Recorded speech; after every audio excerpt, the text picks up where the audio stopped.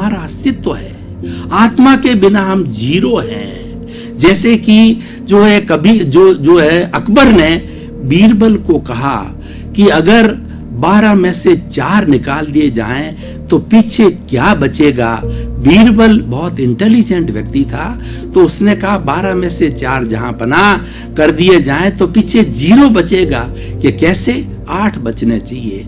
कि ऐसा है महाराज जहां पना कि 4 महीने बारिश होती है, उस बारिश के अंदर जो है किसान है अपना बीज बोता है, अनाज पैदा करता है, और वो बारिश 4 महीने ही होती है। अगर उन 4 महीने के अंदर वो अनाज बो करके और अनाज पैदा करके और उसको इकट्ठा ना करे तो जनता भूखे मरेगी, तो पीछे क्या बचा? 0 ही बचा।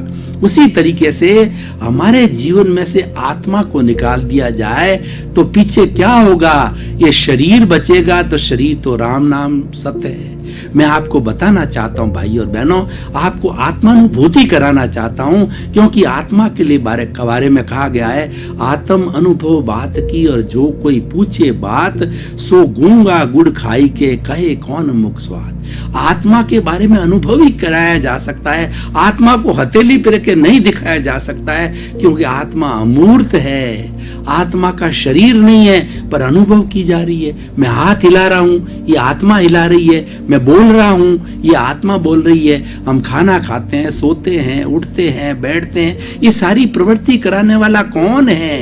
ये प्रवृत्ति कराने, खेल खिलाने वाला हमारे भीतर विराजमान शुद्ध आत्मा भगवान है। इसका अस्तित्व है, इसीलिए इसकी साक्षी है, इसीलिए ये सबसे हमारा प्राइम फैक्टर है। इसीलिए जो हमारी मुख्य चीज है वो उसका अनुशीलन आज हम करने चाह रहे हैं, आत्मा का अनुशीलन। और जो व्यक्ति आत्मा में विश्वास करता है, वह ईश्वर में विश्वास करता है, वो अपने आप में विश्वास करता है, और जो अपने आप में विश्वास करता है वो सेल्फ कॉन्फिडेंट होता है। उसके लिए कहा जाता है कि God help those who help themselves. जो अपने आप में विश्वास करते हैं, जो अपनी खुद की मदद करते हैं, ईश्वर उसकी मदद करता है। इसीलिए मैं ये कहना चाहूंगा आज के एपिसोड के माध्यम से, आत्मानुशीलन के माध्यम से, हम आत्मा में पूर्ण विश्वास करें।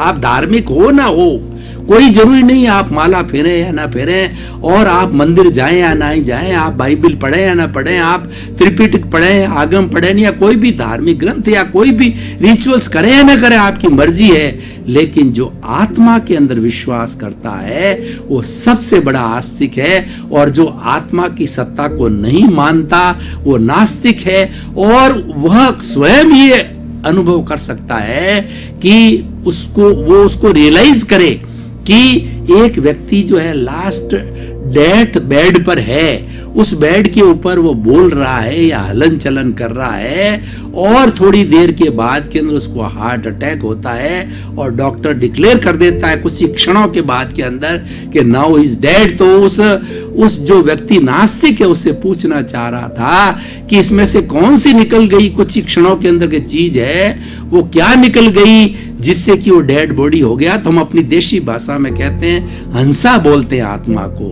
हंसा नहीं उड़े जब तक तुम अपने कार्य करते, जब हंसा उड़ गया तो राम नाम सत करके और इस शरीर को लोग जलाने ले जाएंगे। जब शरीर ही हमारा नहीं है तो उसके बाद के अंदर तो दूसरे हमारे पारिवारिक जन धन दौलत ऐश आराम, हमारे बंगले धन संपत्ति हमारे कैसे हो सकते हैं। आत्मानुशालन ये विषय जो है ये बताता है कि हमें जो है नॉन अटैचमेंट की रहना चाहिए। हमें इस संसार में कैसे जीना है वो आज इस विषय से हम मालूम करेंगे। स्वामी विवेकानंद ने कहा है कि जग माही ऐसो रहो ज्यों अमुज सरमाही, रहे नीर के आसरे पर जल छुअत नाही, remain in the world as a lotus remains in the mud.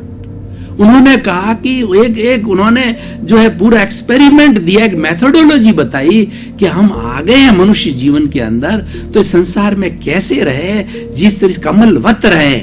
कमल का जो फूल होता है वो जो है वो मड से यानी कीचड़ से बहुत ऊपर होता है, अपने आप को वो अलग समझता है, और कीचड़ के अंदर डंठल रहता है तो कीचड़ समझता है कि कमल मेरे साथ ही है। इसीलिए आप परिवार में रहो, समाज में रहो, सारी गतिविधियां करो, लेकिन आपका तार जो है वो परमात्मा से जुड़ा हुआ रहना। हर क्षण आपको आत्मानुभूति करनी चाहिए, हर क्षण आपको अनुभव करना चाहिए, हर श्वास के साथ अनुभव करना चाहिए कि मैं शुद्ध आत्मा हूं और 84 लाख जीवायोनि प्राणियों के भीतर विराजमान शुद्ध आत्मा भगवान को दिव्य दृष्टि से दर्शन कर उनको नमन करता हूं। भाई और बहनों, कितनी एक बहुत बड़ी हमारे इंडियन कल्चर की बात है कि चराचर जगत के अंदर जो 84 लाख जीवायोनि तो उत्पत्ति स्थान बताए गए हैं, और वो 84 लाख की मैं आपको गणना बता सकता हूं। 7 लाख पृथ्वी का है, 7 लाख अप का है, 7 लाख तेजस का है, 7 लाख वायु का है, 10 लाख प्रत्येक वनस्पति का है, 14 लाख साधारण वनस्पति का, 2 लाख बेंद्रिय, 2 लाख तेंद्रिय,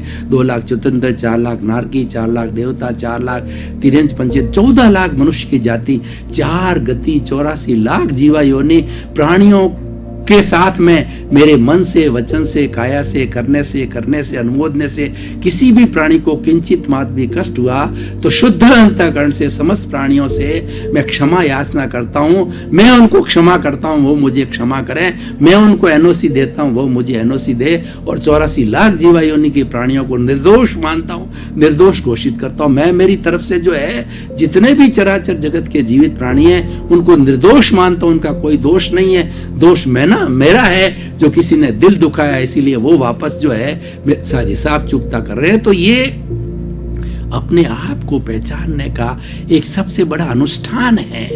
ऐसा है कि व्यक्ति दुनिया को बहुत पहचानता है। दुनिया में आजकल हजारों तरह की विद्या है, फिजिक्स है, केमिस्ट्री है, मैथमेटिक्स है, भूगोल है, खगोल है, और मैकेनिकल इंजीनियरिंग है, इलेक्ट्रिकल इंजीनियरिंग, सिविल इंजीनियरिंग है, मेडिकल साइंस है, कितनी और एक शाखा की सैकड़ों, आज के विज्ञान के युग के अंदर सैकड़ों शाखाएं हो गई। ये सब भौतिक शाखाएं हैं, ये भौतिक जगत में जीने के लिए शाखाएं हैं। लेकिन जो हमें व्यक्तिगत जीवन जीना है या रियलिटी को प्राप्त करना है वो आत्मविद्या है। इसलिए आत्मा के लिए कहा गया है जे एगे जाने ते सब्बे जाने, जे सब्बे जाने से एगे जाने। जिसने एक आत्म तत्व को जान लिया उसने पूरे ब्रह्मांड को जान लिया, क्योंकि पूरा ब्रह्मांड जो है आत्म तत्व में समाया हुआ है। और आत्मा में ही ब्रह्मांड है।